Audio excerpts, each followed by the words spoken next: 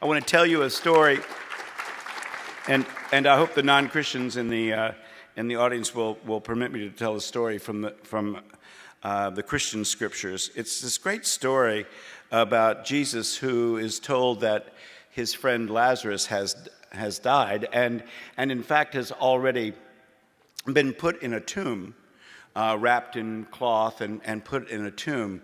And Jesus is so kind of overcome with grief for him, he raises him from the dead. You may or may not believe that story, but let me tell you what he says. He goes to the mouth of the tomb, and he says, "Come out." I'm not kidding. I didn't make that up. He actually yells into the tomb, "Come out." Now, a lot of us have been in that tomb, haven't we? We know what that feels like, and we know what a voice of justice and love feels like.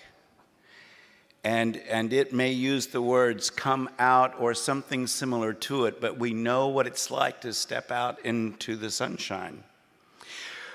But the next thing Jesus says is equally important, and I think this points to the work that GLAD is doing. He says to Lazarus, "Come out." And when Lazarus does, covered still with these bands of cloth, he turns to the community and says, "Unbind him." GLAD is helping this culture, this society, this great nation of ours, unbind us from the discrimination that has entrapped us for so long.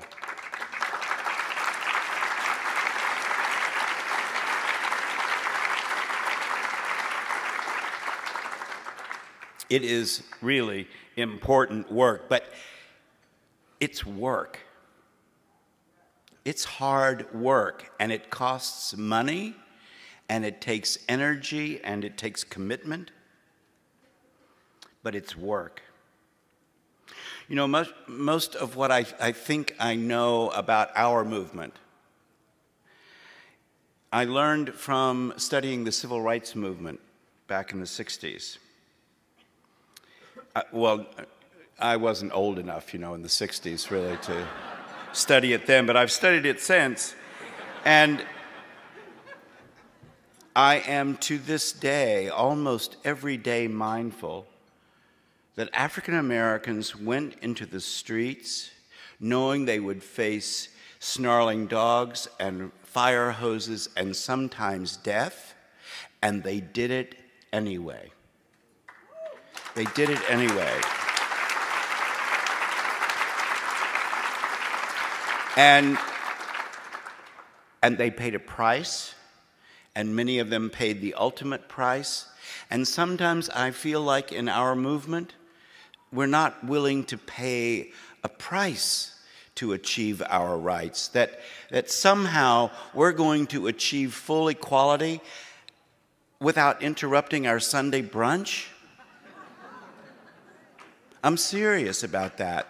And I think one of the things that we need to look at in terms of our own movement is our commitment and our willingness to pay a price. This is not going to happen if any of us sit on the sidelines and wait for others to do it. The second thing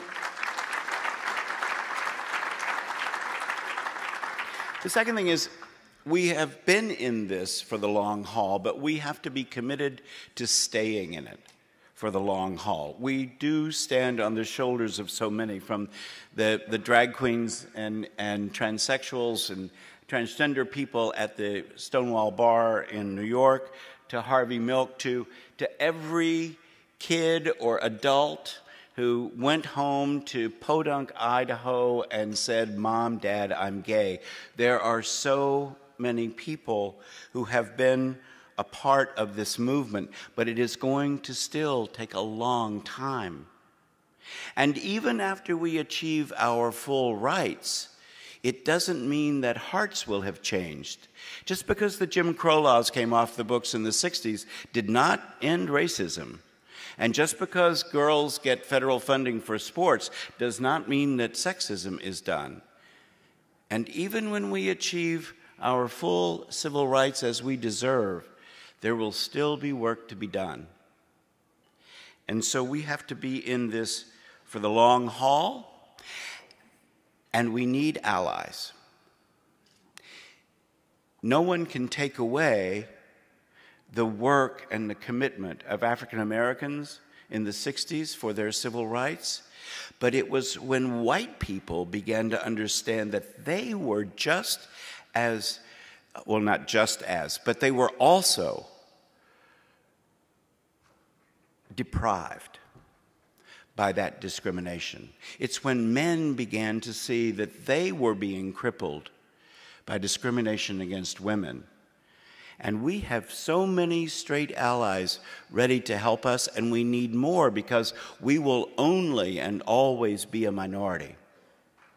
And so we need to teach them, we need to be patient with them, we need to challenge them on occasion, we need to inspire them, and we need to teach them that, as I believe Dr. King and lots of other people have said, that until we are all free, none of us is free. And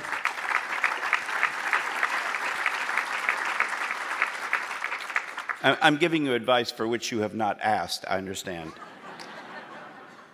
Let me just say one more thing in the way of advice. I think that gay and lesbian, bisexual, and transgender people need to be involved in other injustices. That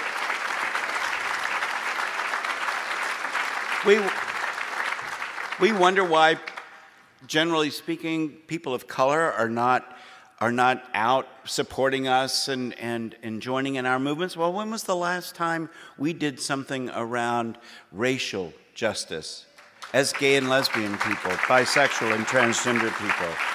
When was the last time we did something about gender or about disability? We can't expect people to suddenly come to our aid and take great risks for us when we've absolutely shown no interest in the injustices that they have been bearing. When I talk to quite young gay and lesbian, bisexual, and transgender scholars, all they want to talk about is intersectionality, all the places in which all of the isms kind of come together, and all of the same dynamics are involved. And if we want people to show up for us, we have to show up for them.